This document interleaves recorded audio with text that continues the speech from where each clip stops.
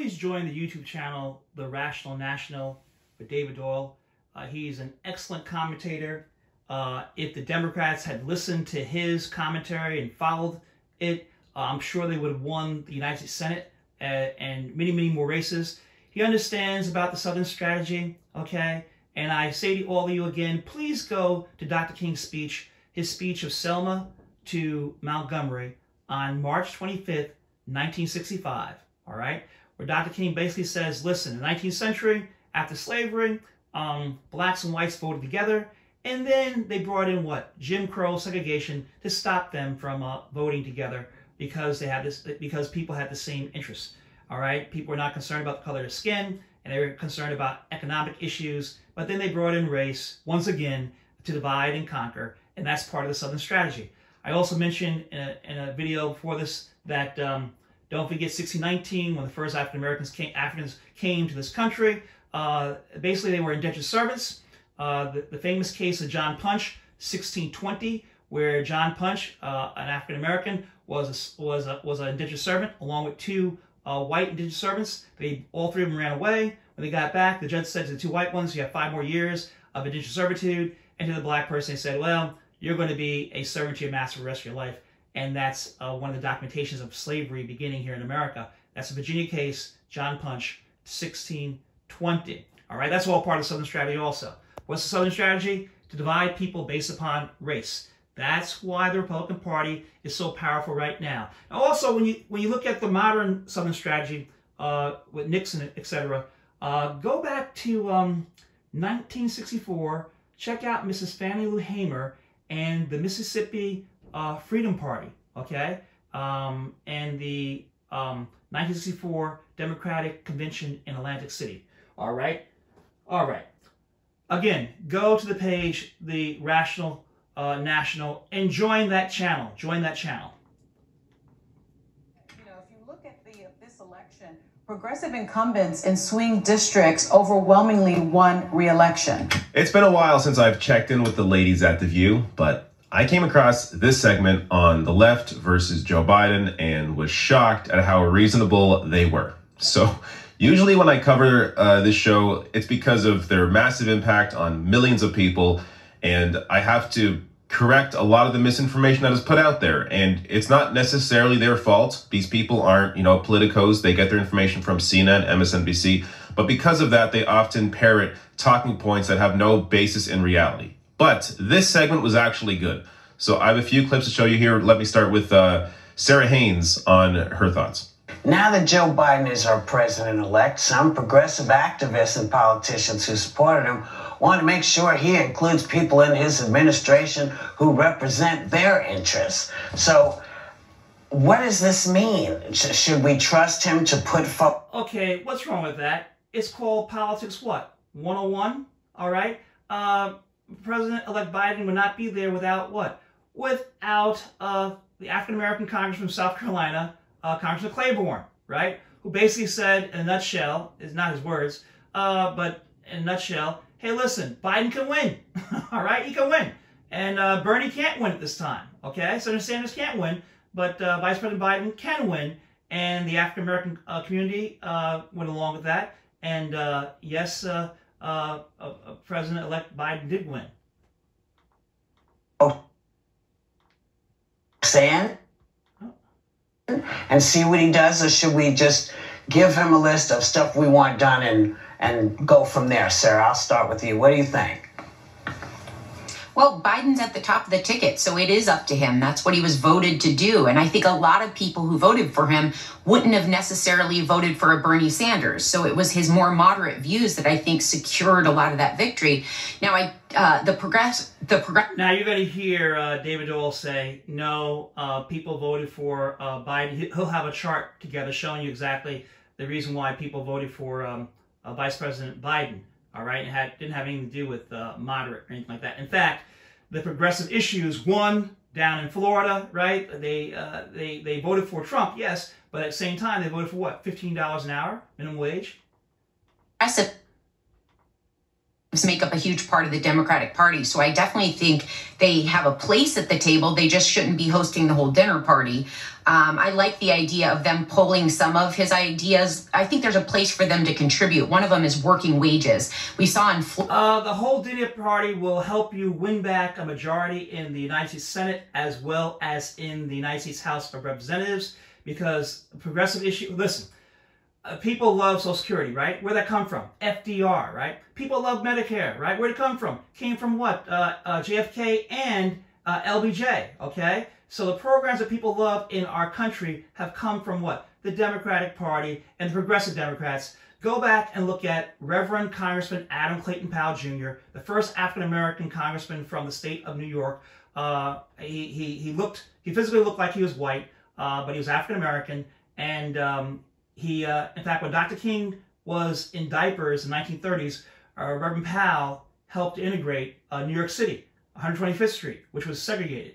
And he brought jobs to people of color there in New York City. Good jobs, working on a bus company, telephone company, etc.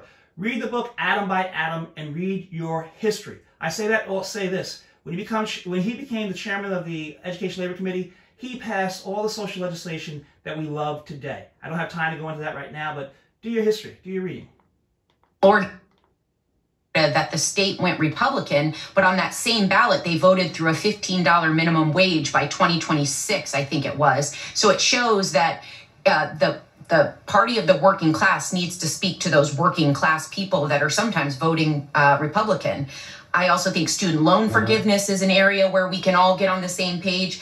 But I think there's always a place for... And why do they vote Republican? Again, the Southern strategy. People, Biden and Harris are showing right now that they're appointing people with diversity. And I think that there's a space for ideological diversity as well. They spoke a little bit about even having maybe Republicans in the cabinet. So I think we're going to see a pretty vast array of people and ideas coming forth to lead the Biden administration. So shockingly, not a bad analysis here. Now, yes, there is a bit of misinformation in that. I'll get to it in a second.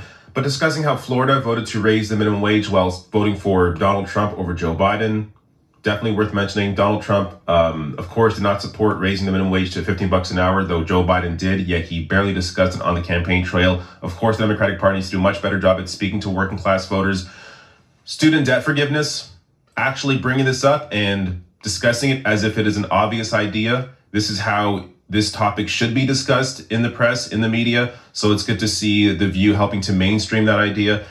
And overall, just discussing how, it's important to be open to these ideas. But let me correct a few things here before going on to the next clip. And let me just mention, join his page, okay? The Rational National, join his page, all right? You'll be blessed by joining it, and you'll learn so much information that'll be helpful to you to explain to others, so that we can teach all people that there's one race, the human race, and that all people in America and throughout the world have a right to life, liberty, and pursuit of happiness. People did not vote for Joe Biden because of his moderate positions. In fact, this is polling before the election, Pew Research here, though there is a lot of polling showing the exact same thing. Top reason people voted for Donald Trump and Joe Biden, if you go down to Joe Biden, he is not Trump, is the top reason that people wanted to vote for him. This is before the election. 56% of them saying he is not Trump. That's why they're voting for Joe Biden. It's not because he was moderate, and I'll get to more on that when it comes to the primary in a second. Morning Consult also showing a very similar result in their exit polls. This is negative partisanship weighs heavier on Biden voters than Trump voters. You see here among Biden voters, 54% said it was a vote for Joe Biden, and 44% said it was a vote against Donald Trump. Again, this is a much larger chunk than when it comes to Trump voters, who largely were voting for Donald Trump at 75%, compared to only 22% voting against Joe Biden. So you see here, at least based on the election, at least around half of voters did not vote for Joe Biden because of his positions. It was because he was not Donald Trump. And we can go even deeper into that when it comes to the primary.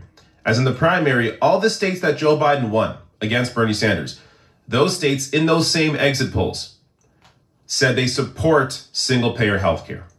Even though Joe Biden does not support single-payer healthcare, the states that voted for Joe Biden support, in a majority, single-payer healthcare. Fox writing here, A pattern has emerged in Democratic primaries. Biden keeps winning, but most Democrats embrace an idea closely associated with Sanders, Medicare for all. Take Florida, where Biden soundly defeated Sanders, winning 62% of the vote to the Senator's 23%.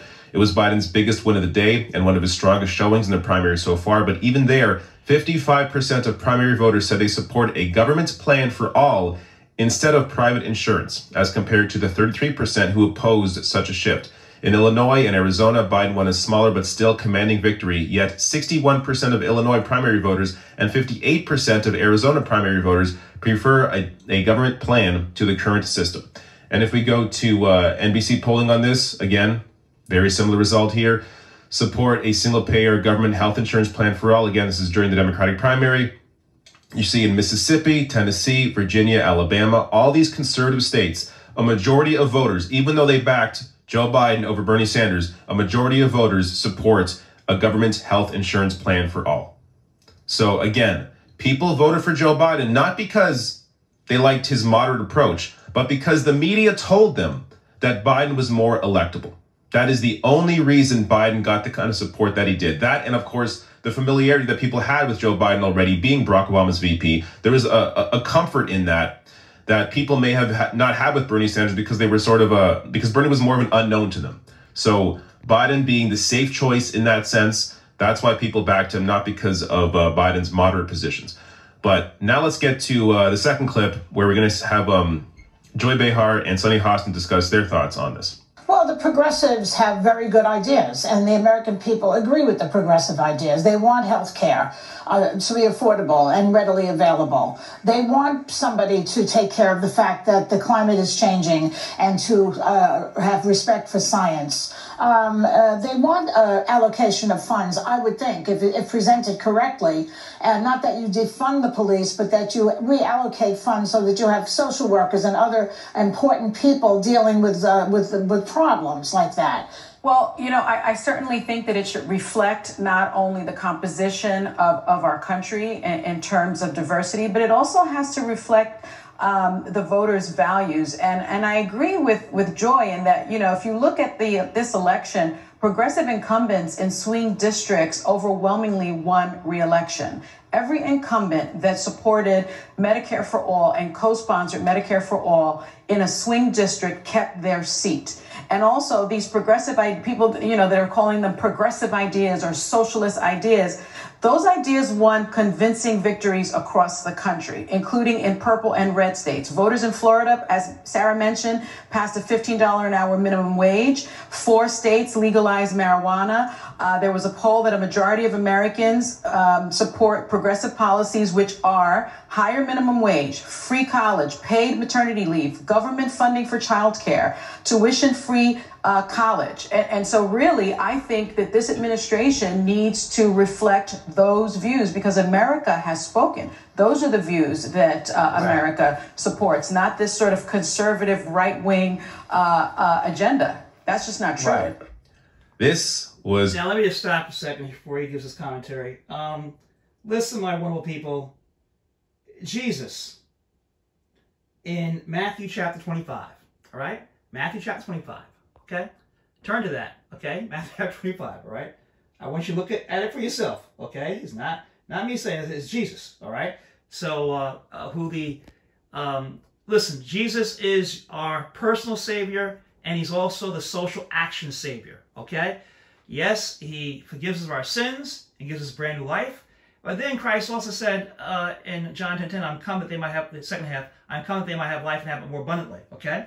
So, what did He do when He's here on earth? He helped people, right? He healed people. Now, check out Matthew 25, all right? Here's the real Jesus.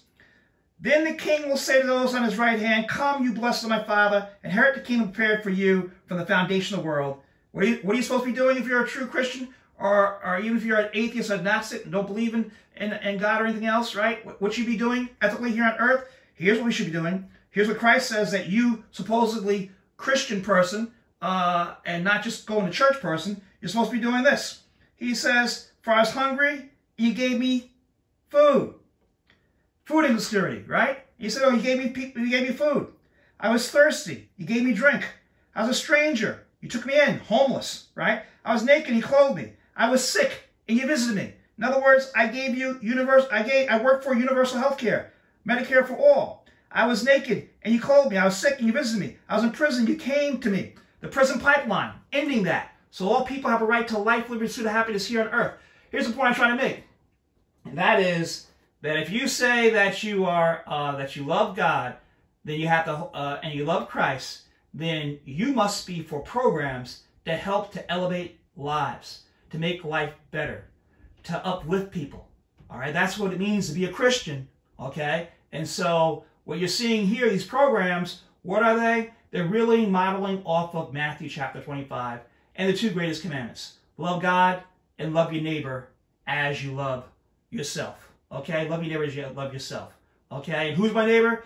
Go to Luke chapter 10 and read the Good Samaritan. Good Samaritan was half Jewish and half Arab.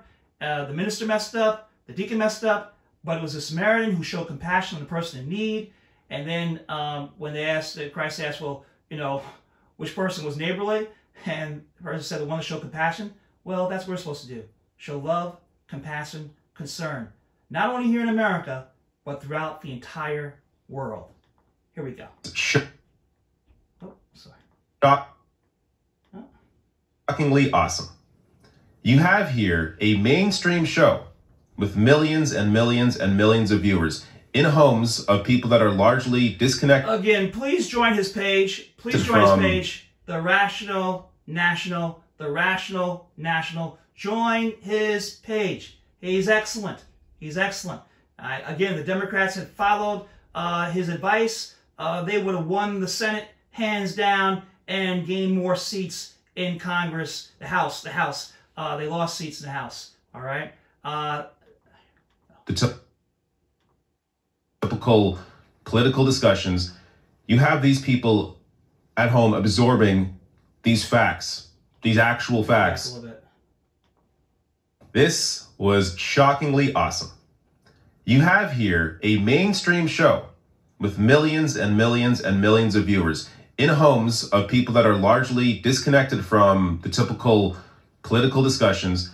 You have these people at home absorbing these facts, these actual facts about where people sit on the issues, and understanding and normalizing the idea of student debt cancellation, normalizing the idea of Medicare for all, normalizing the idea of higher wages. This is incredibly important. So fantastic job here from both Joy Behar and Sunny Hostin to just simply acknowledge reality of where the people actually sit and what people actually want. Now, last clip here, this is Ana Navarro, and I expected something a lot worse, but to my surprise, this really wasn't all that bad. Check it out. What the progressives are doing and handing over a list of people they'd like to see in the administration is what a lot of groups are doing. You dance with those that brought you to the dance. And I can tell you right now, there's Latino groups that are submitting names forward. There's African American groups that are submitting names forward. There's women groups that are submitting names forward. It is what you do. And when I saw those appointments yesterday, that first batch of senior appointments for the White House, I was like, oh my God. Look how refreshing this is. A whole slate of appointments, and there's not a relative amongst them. There's not an in-law amongst them. There's not a white supremacist amongst them. There was an African-American. There was a Dominican woman. There was Julie Rodriguez, the granddaughter of, Cesar Chavez. Nobody under federal investigation. Nobody that's, facing a potential indictment. It felt like Christmas in November. Give it to me. It was diverse and it was wonderful. It was, I think give Joe Biden a time and space and hand over those lists. All right. Not too bad. This is somebody who is a Republican, or at least was a Republican. Supported, worked with Jeb Bush, worked with John McCain, being completely open to the idea of progressives submitting names to Joe Biden, and this being a discussion and not being overly critical of what progressives are fighting for. As everyone else in the panel discussed, it is how most people feel about the issues. So again, the reason why it is important to have a show like this become more in tune with the average person is because of the power that a platform like this has on your average individual. When the culture begins to change, when celebrities begin to acknowledge the steps that need to be taken in terms of something like single-payer healthcare, then that is when you begin to see real movement and real public pressure to moving policy and particularly a Joe Biden administration in the right direction. So we need to I'm asking all of you to join this channel, okay? The Rational National with David Doel, okay? Join this channel. As you can see, a wonderful commentary. And don't forget, we all need to read the book, what? Dog Whistle Politics, How Code of Racial Appeal Has Reinvented Racism and Wrecked the Middle Class, right? By Professor E. Hanny Lopez, which explains the Southern strategy and explains what has happened in our society, explains why people who are white Americans vote against their own self-interest, right? And they use race to do that, to divide and conquer. When there's one race, the human race, we're all one. It doesn't matter what you look like, where you come from. Everyone has a right to life, liberty, happiness. You can win people over, all right, by having progressive programs that help elevate lives, that make the world a better place. Thank you for being on my channel, One Race, the Human Race, All Human, and have a great day.